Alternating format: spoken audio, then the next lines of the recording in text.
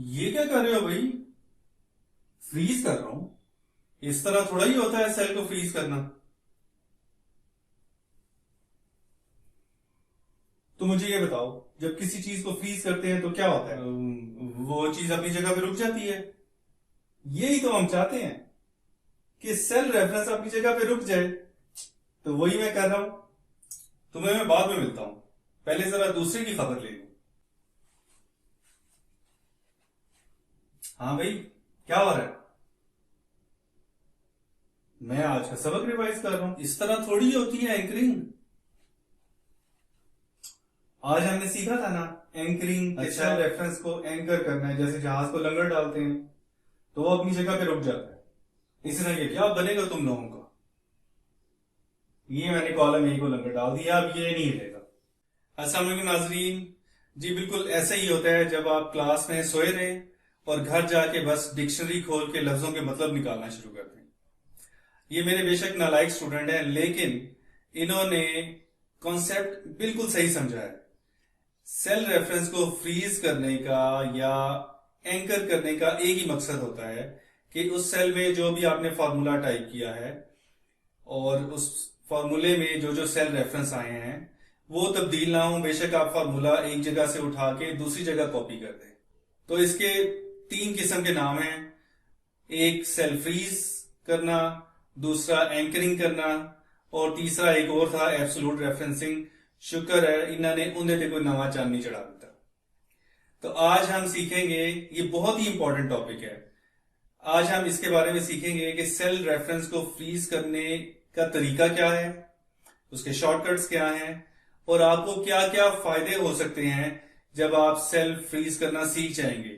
तो आप फार्मूला एक जगह लगाएंगे, लेकिन वो इस तरह से लगेगा कि वो तमाम जगहों पे कॉपी होके आपको आपके मतलूबा नताइज दे सकता है। तो आज की वीडियो को शुरू करने से पहले अगर आप एसएच के डाटा समझ पर नए हैं तो इसको जरूर सब्सक्राइब कर लें और बेल आइकॉन भी प्रेस कर लें ताकि आप मेरे सफर में मेरे साथ साथ रहें। तो आइए आज का लेक्चर शुरू करते हैं। जी दोस्तों, हम अपनी कंप्यूटर स्क्रीन पे आ गए हैं और ये वाली वो फाइल है जो हम आज यूज करेंगे अपनी एक्सरसाइज के लिए। आप ये डाउनलोड कर सकते हैं, लिंक मैंने नीचे डिस्क्रिप्शन में दे दिया है। D5 में हमारे पास किसी भी चीज की कीमत आ रही है, 200 रुपये आ रही है। तो इसको जब हम ये नॉर्मल के आगे जो D7 सेल है उसमें मैं इसका लिंक लगा रहा हूं, इक्वल टू D5। अब जब इस D7 सेल को मैं क्लिक करता हूं तो इसके अंदर आप देखें, F2 आप प्रेस करें तो लिखा हुआ है इक्वल टू D5। ये सिंपल सेल रेफरेंस है। D मतलब D कॉलम है और 5 का मतलब है पांचवी रो। तो इसमें और कुछ भी नहीं है। तो ये आपका एक नॉर्मल रेफरेंस है, ये फ्रीज या एंकर नहीं हुआ हुआ। और अब हम लगाते हैं दोबारा से यही सेल रेफरेंस। फ्रीज के आगे जो D9 सेल है उसके अंदर जाके इक्वल टू D5 को मैं क्लिक कर देता हूं और एंटर दबा देता हूं। इस पे जाके आप F2 दबाएं तो अभी ये नॉर्मल ही है, और F2 दबाने के बाद आपने दबाना है F4। तो जो ही आप F4 दबाएंगे तो D से पहले एक डॉलर साइन आ जाएगा और 5 जो रो का नंबर है उससे पहले भी एक डॉलर साइन आ जाएगा। तो जब इस तरह का आपके पास सेल रेफरेंस हो तो उसे फ्रीज्ड सेल रेफरेंस कहते हैं, यानी कि ये फ्रीज हुआ हुआ है, एंकर हुआ हुआ है। अब आप ये करें कि जो D7 में हमने सेल रेफरेंस दिया है उसको कंट्रोल C करें और F कॉलम में जाके एंटर दबा दें। अब इस पे आप F2 प्रेस करें तो आप देखेंगे कि वो जो D5 था सेल रेफरेंस वो अब F5 हो गया है। तो वो आगे चलता जा रहा है खुद ब खुद, जबकि हमारी जो मतलूबा जगह थी या मतलूबा कीमत थी वो सेल D5 में पड़ी हुई थी और उसको तब्दील नहीं होना चाहिए था। अब हम आते हैं D9 में और इस पे कंट्रोल C करके और F कॉलम में चले जाती हैं और यहां पे हम एंटर प्रेस करें तो ये आप देख रहे हैं कि यहाँ पे 200 ही आ रहा है। इस पे F2 प्रेस करें तो अभी भी सेल रेफरेंस आपका D5 ही है। तो एब्सोल्यूट रेफरेंस से वो मजाक की बात अपनी जगह, लेकिन वाकई में जो आपका सेल रेफरेंस है वो फ्रीज हो जाता है, वो तब्दील नहीं होता। अगली शीट में आ गए हैं जिसका नाम है सिंगल। तो ये मिसाल नंबर 1 है। इसमें हमारे पास उसी तरह सेल D6 में आ रही है कीमत फी किलो यानी यूनिट प्राइस है किसी चीज की, और उसके बाद हमारे पास क्वांटिटी आ रही है सेल D7 में। यहां पे हमने मालूम करनी है कुल कीमत, तो हमें पता है बड़ा आसान तरीका है, equal to D6 multiply by D7 और एंटर दबा दें आप, तो हमारे पास कुल कीमत आ गई है। जब आप कंट्रोल X यानी कि इस सेल को कट करते हैं, कट और किसी और जगह जाके आप कंट्रोल V कर दें या एंटर दबा दें, तो वो सेल अपने कंटेंट समेत, अपने फार्मूले समेत उठ के नई जगह चला जाता है। आप कंट्रोल Z करें, लेकिन अगर मैं इसको कॉपी करूं, कंट्रोल C करूं और किसी और जगह जाके इसको एंटर करूं या कंट्रोल V पेस्ट कर दूं, तो जैसे हमने पिछली मिसाल में देखा कि सेल रेफरेंस भी साथ साथ चलता जाता है। तो अगर हम ये चाहते हैं कि हम इसको किसी भी जगह कॉपी करें, हमारा रिजल्ट चेंज ना हो, तो उसका एक ही तरीका है जैसे हमने पिछली मिसाल में किया था कि हम सेल रेफरेंसेस को फ्रीज कर दें। अब इसमें फ्रीज करें क्योंकि हमारे पास इसमें 2 सेल रेफरेंस हैं, पिछली मिसाल में सिर्फ एक था। इसको F2 दबाएं और पहले D7 के आगे आपका कर्सर ब्लिंक हो रहा है, और यहाँ पे F4 दबाएंगे तो जो जिसके आगे कर्सर होता है वो फ्रीज में कन्वर्ट हो जाता है। इसी तरह आप कर्सर को पीछे लेके आए और D6 से पहले ले आए या उसके दरमियान में ले आए और F4 दबाएं, तो आपका ये वाला सेल रेफरेंस भी फ्रीज हो जाएगा। तो इस तरह फॉर्मूला लगाते हुए आप F4 दबा सकते हैं, फॉर्मूला लगाने के बाद भी आप F4 दबा के सेल रेफरेंस फ्रीज कर सकते हैं। अब आप इसको कॉपी करके कहीं भी पेस्ट करें तो आपका सेल रेफरेंस चेंज नहीं होगा। अब आ जाते हैं तीसरी मिसाल में, जिसमें थोड़ा सा आपको और इसका फ्लेवर मिलेगा कि भाई सेल रेफरेंस का ये मतलब नहीं है कि आपने कॉलम और रो के नाम दोनों के आगे डॉलर साइन लगाना है, किसी एक के आगे भी हो सकता है। तो इस मिसाल में उसी तरह कीमत आ रही है, लेकिन यहां पे हमारे पास जो क्वांटिटी सोल्ड है यानी कि जो आपने मिकदार बेची है वो मुख्तलिफ है। तो इसको करने का तरीका ये है कि इक्वल टू, उसी तरह हम कीमत पे जाएंगे और स्टेरिक दबा के या मल्टीप्लाई बाय क्वांटिटी। तो यहां पे अगर आप कॉपी करके नीचे लेके जाएंगे तो होगा क्या कि ये तो बिल्कुल सही सही नीचे चल रहा है, यानी कि हमें अगली क्वांटिटी ही चाहिए थी, लेकिन जो उसकी कीमत है, यूनिट प्राइस है, उसका रेफरेंस भी एक स्टेप नीचे आ गया। हमें उसको, इसका मतलब है फ्रीज करना पड़ेगा सिर्फ उसको। तो यहां पे जाके हम सिर्फ जो D2 है जिसमें कीमत फी किलो लिखी हुई है उस पे जाके F4 दबाएंगे तो हमारा वो वाला सेल रेफरेंस फ्रीज हो जाएगा और आप एंटर दबा दें। अब आप इसको जब कॉपी करेंगे, बेशक आप यहां पे कर्सर रख के डबल क्लिक कर दें तब भी ये नीचे तक कॉपी हो जाएगा, और बेशक अब आप जाके या आप कंट्रोल C और कंट्रोल V से भी कर सकते हैं। आखिरी सेल में जब जाके F2 प्रेस करें तो आप देखेंगे कि क्वांटिटी तो उसने बिल्कुल सही आखिरी लाइन वाली उठाई है, उसमें हमने इसको फ्रीज नहीं किया। अब इसमें थोड़ा सा हम कॉम्प्लेक्स इसको करते हैं। सेल D7 में जो हमने फार्मूला टाइप किया था उस पर जाके कंट्रोल C दबाएं और जो F कॉलम में तीसरी मिसाल लिखी हुई है रो 7 में ही रहें और वहां पे जाके आप एंटर दबा दें। अब क्या हुआ है, इस पे आप F2 दबाएं तो हो ये रहा है कि आपको जो फ्रीज वाला रेफरेंस है वो बिल्कुल ठीक है, लेकिन आपका जो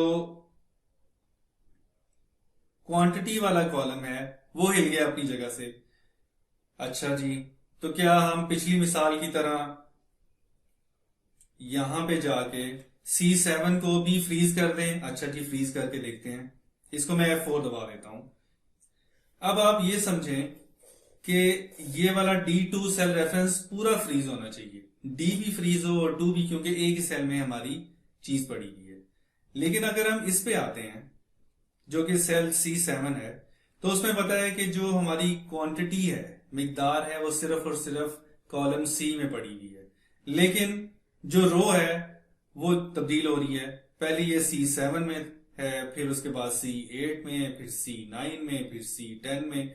इसी तरह हमारी C तो वही है, लेकिन जो रो का नंबर है उसकी वजह से आपका सेल रेफरेंस तब्दील हो रहा है। तो उसका तरीका ये है कि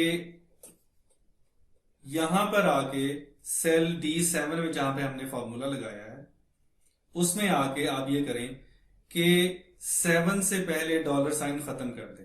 इसका एक तरीका तो ये है कि आप यहां पे कर्सर लाके बैक स्पेस दबाएं तो डॉलर साइन खत्म हो जाएगा, लेकिन ये कोई सही तरीका नहीं है। F4 से हमें पता है कि दोनों डॉलर साइन लगते हैं, लेकिन F4 को दोबारा दबाने से, इसको मैं एस्केप करके F2 दोबारा दबा रहा हूं, अगर मैं F4 एक दफा और दबाऊं तो क्या होगा कि C से डॉलर साइन हट गया और सिर्फ 7 के साथ आ रहा है। इसका मतलब है इस फॉर्मूले को कहीं भी कॉपी करें तो रो 7 तब्दील नहीं होगी। अब मैं F4 एक और दफा दबाऊं तो कॉलम C के साथ डॉलर साइन आ गया है और 7 जो रो नंबर है वो अब ओपन है। तो हम यही चाह रहे थे कि कॉलम C ही रहे लेकिन रो तब्दील होती जाए। यहां पे आप एंटर दबाएं। अब इस फॉर्मूले को आप कॉपी करके नीचे पेस्ट करें। यहां तक रिजल्ट बिल्कुल ठीक है। अब एक और काम करते हैं कि इसको जो D7 में हमने फॉर्मूला पहला लगाया इसको कॉपी करके आप F कॉलम में ले जाते हैं और एंटर दबाते हैं। यहां पे रिजल्ट तो ठीक आ गया। अब इसको नीचे कॉपी करते हैं।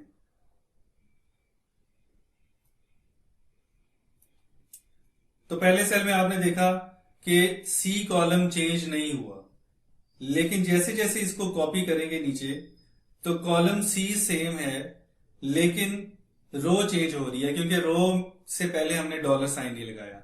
अब हम आते हैं अगली एग्जांपल में। ये तकरीबन वैसी ही है जैसी हमने पीछे समझी थी, लेकिन इसमें हमारे पास दो साइडों पे डाटा पड़ा हुआ है। एक हमारे पास कॉलम में है जो कि वही क्वांटिटी सोल्ड है कि कितनी कितनी आपने क्वांटिटी बेची है, और रो नंबर 4 में हमारे पास आ रहा है कि मुख्तलिफ कीमतें हैं फी किलो की।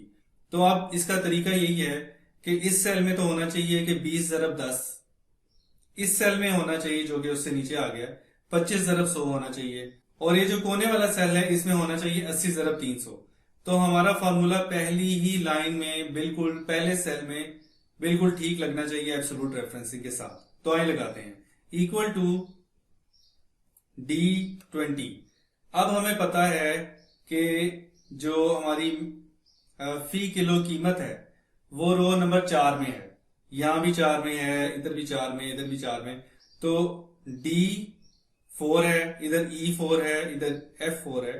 तो 4 यानी कि रो नंबर सारों में एक ही है। तो इसका मतलब है कि रो रेफरेंस को फ्रीज होना चाहिए। तो हम क्या करेंगे, एक बार F4 दबाया, फिर दोबारा दबाया। अब इसको जरब देंगे C5 से।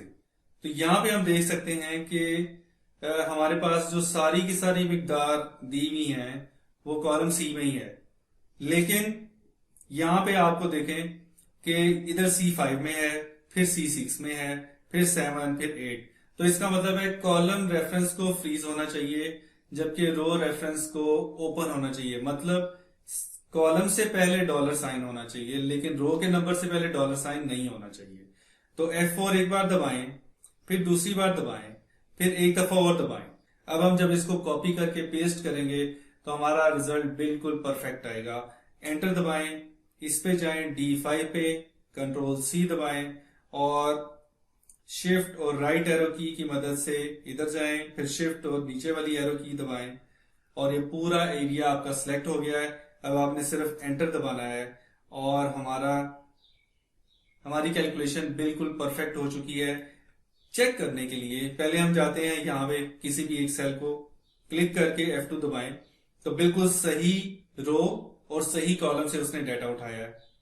अब हम जाते हैं बिल्कुल आखिरी वाले पे और इस पे F2 दबाएं तो उसने सही H4 उठाया है और यहां से C10 उठाया है। तो एब्सोल्यूट रेफरेंसिंग आपके लिए बहुत जरूरी है, वरना अगर आप हर एक सेल में जाके फार्मूला लगाते तो आप सोचें कितना टाइम लगता। एब्सोल्यूट रेफरेंसिंग को अच्छी तरह समझ लें।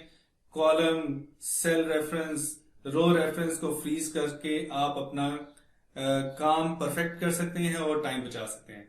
उम्मीद है आपको ये बेसिक लेकिन बहुत ही इंपॉर्टेंट सबक जरूर समझ आया होगा और आप मेरे नालायक स्टूडेंट्स की तरह फ्रिज में और दूसरे कामों की से इसकी एंकरिंग या फ्रीजिंग नहीं कर रहे होंगे।